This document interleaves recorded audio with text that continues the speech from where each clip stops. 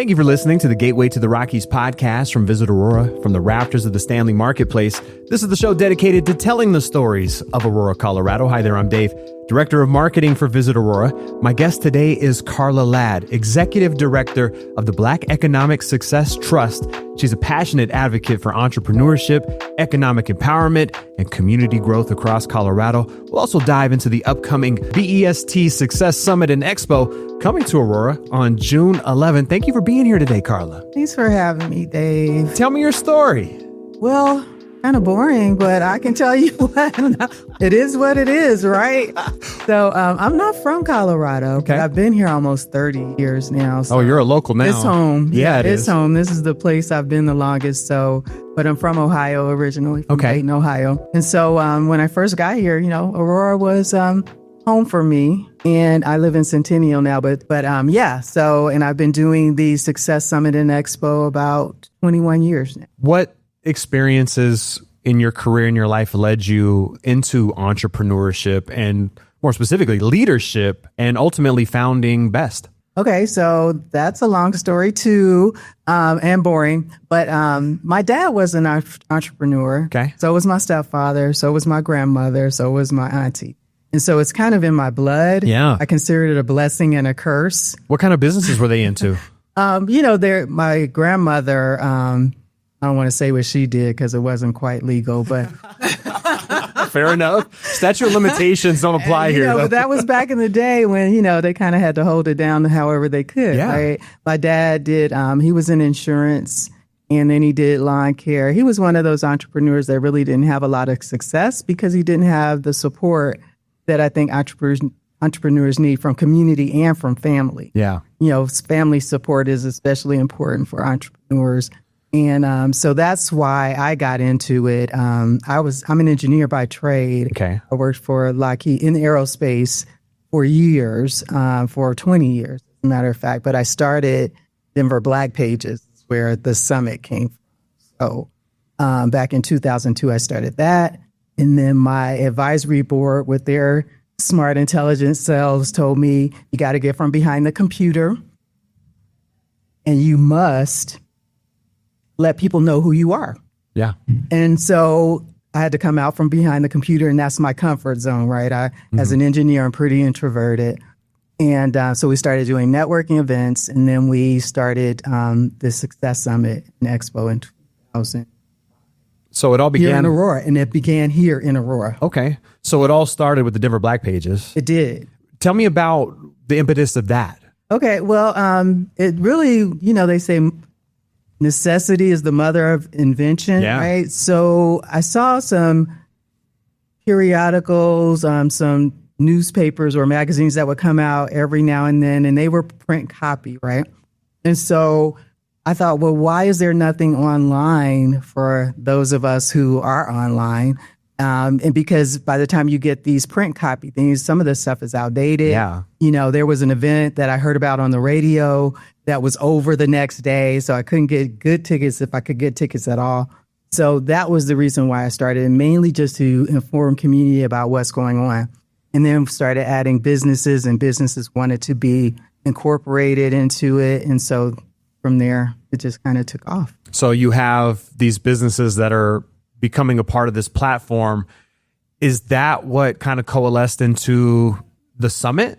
It is. Yeah. It is. So we've wanted to be more impactful in community, right? And there weren't people doing an economic empowerment conference. They just weren't.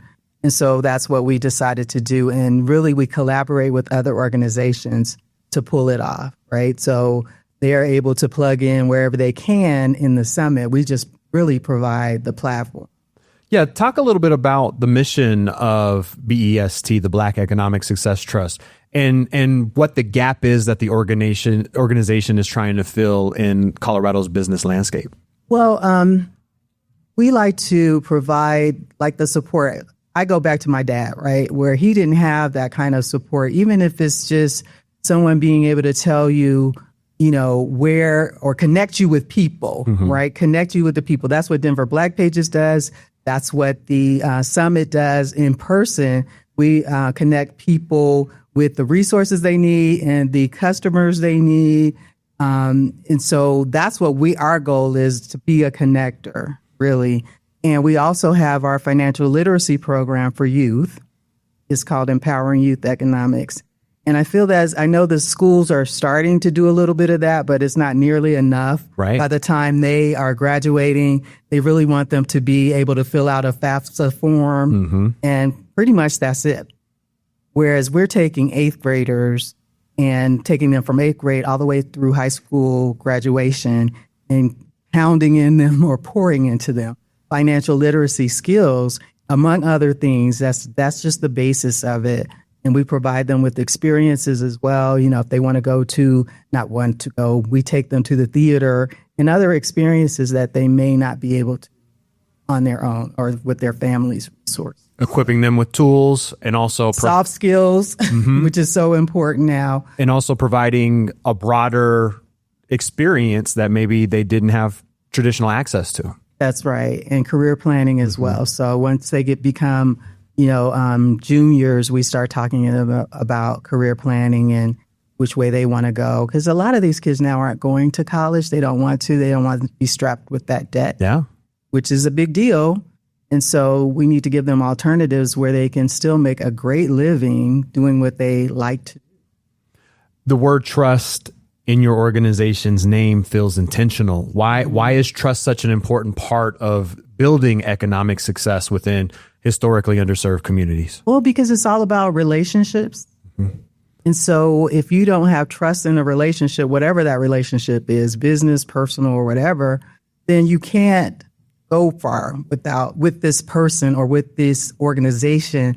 People have to know that you are trustworthy, that you do what you say you're going to do, that they can trust that you're going to do business the right way. If you give them your money, they can trust that you're going to take care of business, period. And so trust was an intentional part of the naming of the organization. The B.E.S.T Success Summit and Expo here in Aurora on June 11th.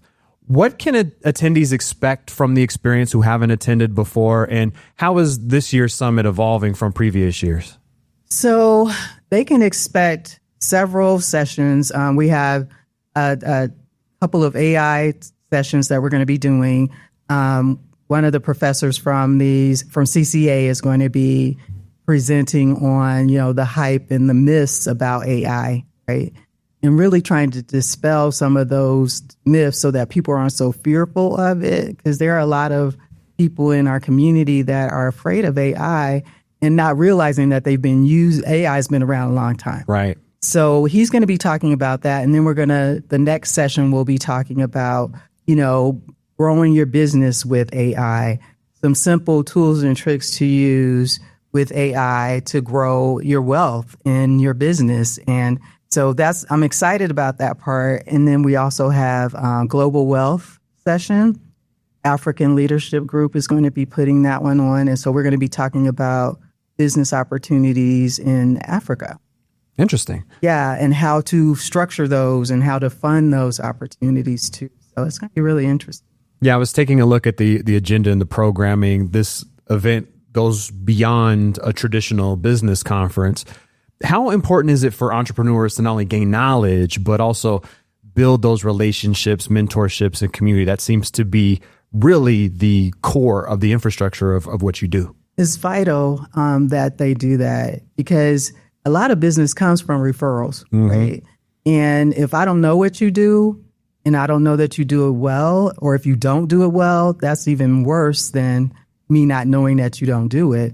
But like I said, B.E.S.T is a connector. So if I know someone that's doing a particular thing and I hear somebody says, oh, I'm looking for, a mortgage broker, or I'm looking for, someone to help me in the construction area, I want to get into that even, then I know who to connect them with through my connection, through my network. And so that's what we need to do as a group, as business owners, period, is utilize our network, and then also make sure that we're holding each other accountable. That's so important. If someone came to me and someone in my network didn't do right by them, right, then I should be able to go to them and say, hey, you need to make that right, because I put my reputation on the line by recommending.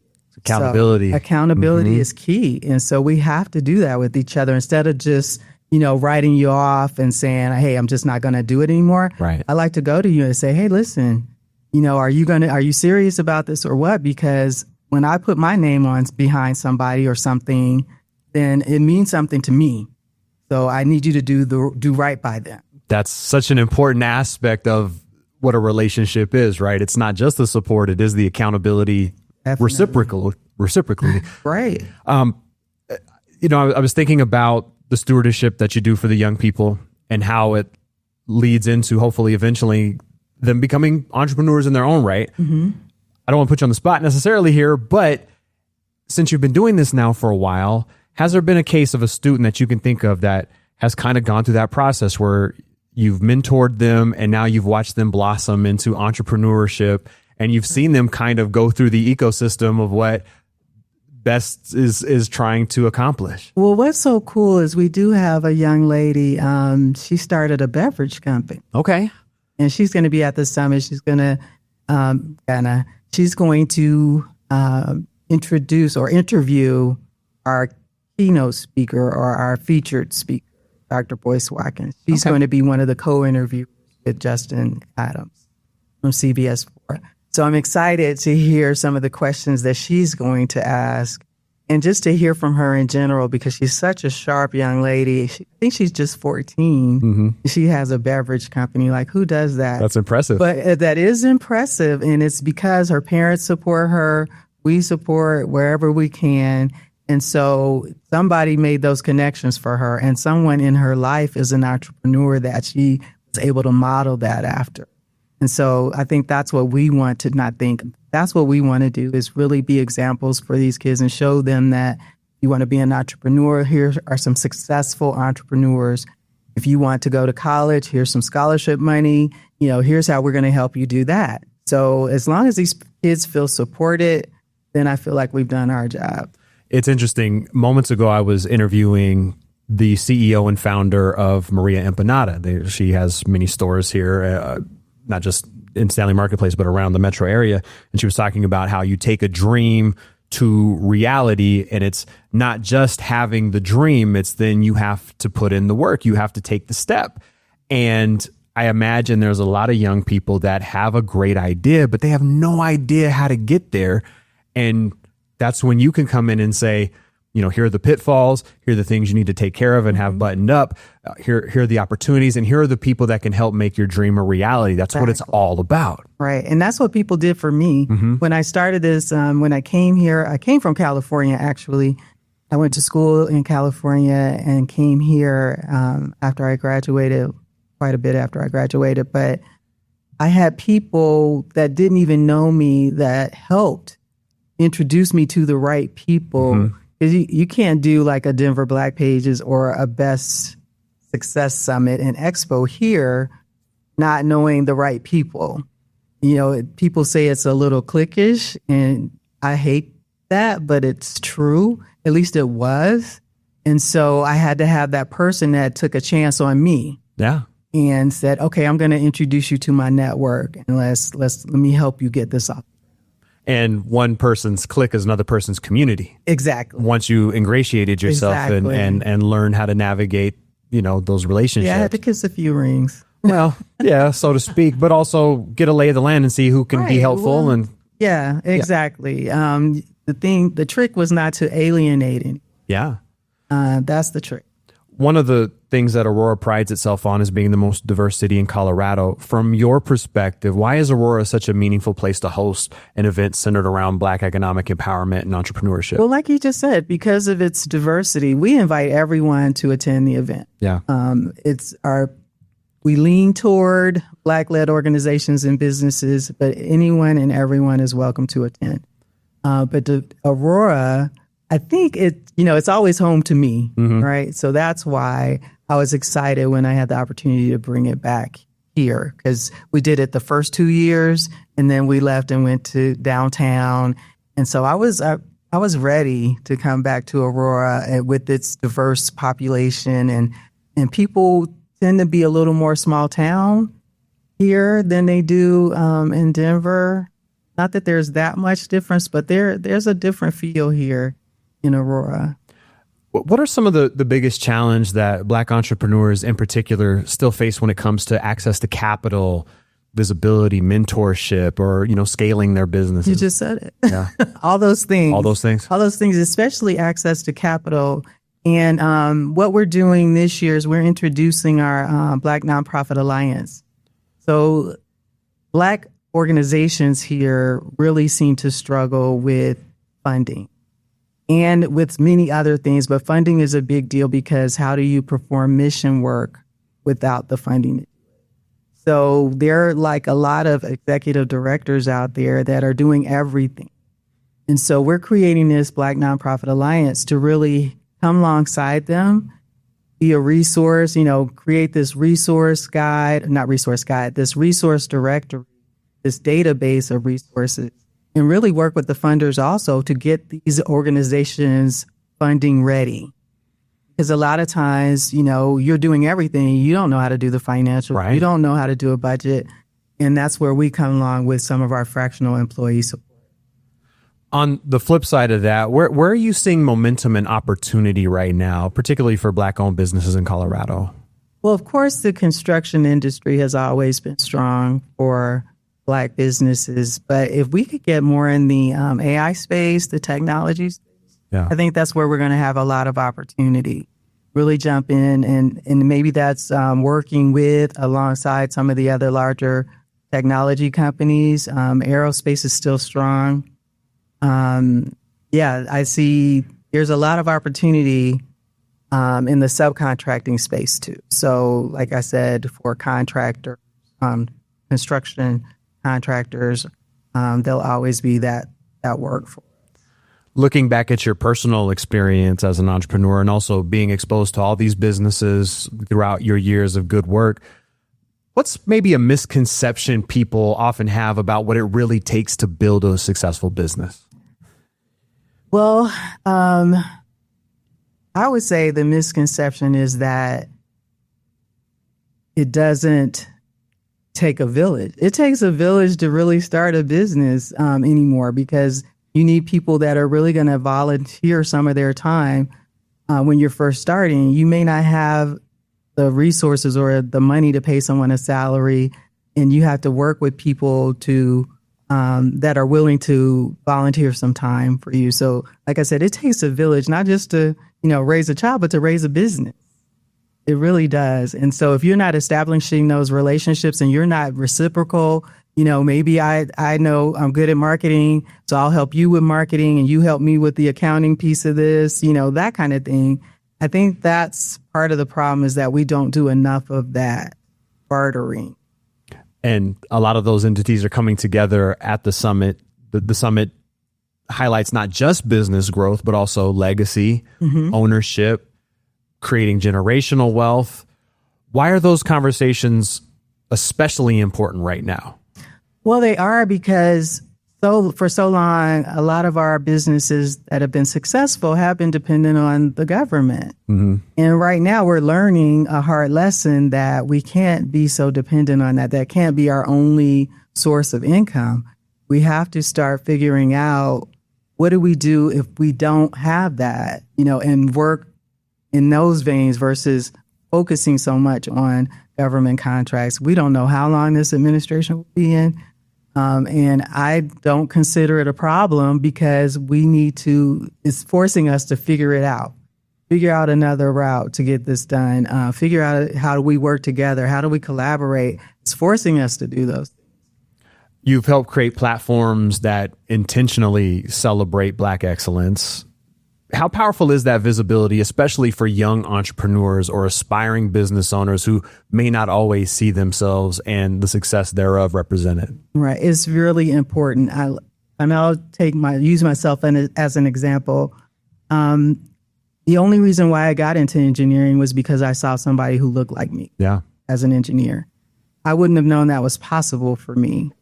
And so that's why it's important for our kids to be exposed to as many successful entrepreneurs, and professional CEOs, everything that we can expose them to. So they say, oh, they could do it, I could do it.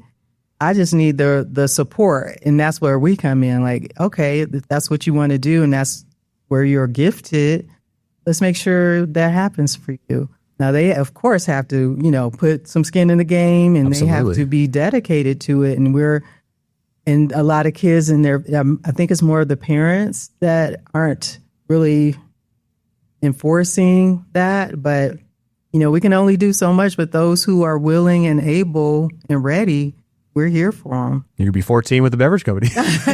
Right? What advice would you give someone listening right now who has an idea for a business, but doesn't know how to take the first step or is hesitant to take the first step? So I would say come to the summit, first of all. We'll have some different organizations that support startup businesses, like Aya Foundation is one of those. They support startup businesses. And just talk to people, get to attend some of these networking events and see what people are doing and find someone that's doing what you want to do. And you'd be surprised at how many people don't mind mentoring people. I think we have to get out of the mindset that everything is and everybody is competition. Right. Because that's not necessarily the case. So if we just dissolve that mindset altogether that you're a competitor of mine, I think we all rise, when we do that. Do you have a network of similar organizations across the country that you work and collaborate with? Not yet. Not yet? Not okay. yet, but we're working on that. But I imagine what you've built can serve as an example for other states that need similar advocacy. Yes, definitely. And we started doing the Little Black Book in 2019. Mm-hmm. So I think we're going to push that out to at least a couple more states. I'm working on some relationships in some states that are, or some cities that are similar to Denver. They don't really need a Little Black Book in Atlanta or Houston or something like that. But, some of the smaller metros that have similar demographics to Colorado, then that's what we're.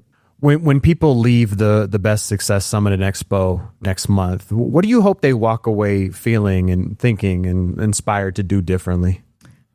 I hope they walk away feeling like I've found my tribe. Okay. I've found my tribe. I have a support system behind me. I know where to go now if I want the information. Right? Even if that's just one person that they walk away with feeling like, oh, great, I met the person that is really going to help me take this to the next level. That would be awesome. Carla, it's been fantastic to meet you today. Thank you for taking the time and Thanks, Dave. Shining a light on all the great work that you're doing. No, I appreciate you. This was fun. That was Carla Ladd, Executive Director of B.E.S.T, the Black Economic Success Trust. Learn more about their mission initiatives at bestsuccesssummit.org. Also, make sure to register for the upcoming B.E.S.T Success Summit and Expo coming to Aurora on June 11th. Visit Aurora is the official destination marketing organization for the city of Aurora, Colorado, and acts as the primary liaison between meeting planners and hotel partners. As Aurora's Convention and Visitors Bureau, Visit Aurora's mission is grounded in showcasing Aurora as a premier destination for meetings, business, and leisure travel. Visit Aurora represents more than 60 hotel properties with 11,500 guest rooms and more than 1 million square feet of meeting space, including Colorado's largest and newest resort, Gaylord Rockies Resort and Convention Center. As Colorado's third largest city, Aurora is located minutes away from Denver International Airport and showcases mountain views, memorable meeting spaces, and 400 plus international eateries that offer a unique experience for each and every visitor. As the gateway to the Rockies, Visit Aurora's role in the community goes beyond marketing the city as a destination. The Visit Aurora team is here to assist you with your Colorado visit, from facilitating your meeting, event, or convention to helping you discover local flavor and attractions. Go beyond the boardroom in Aurora. For more, visit us at visitaurora.com.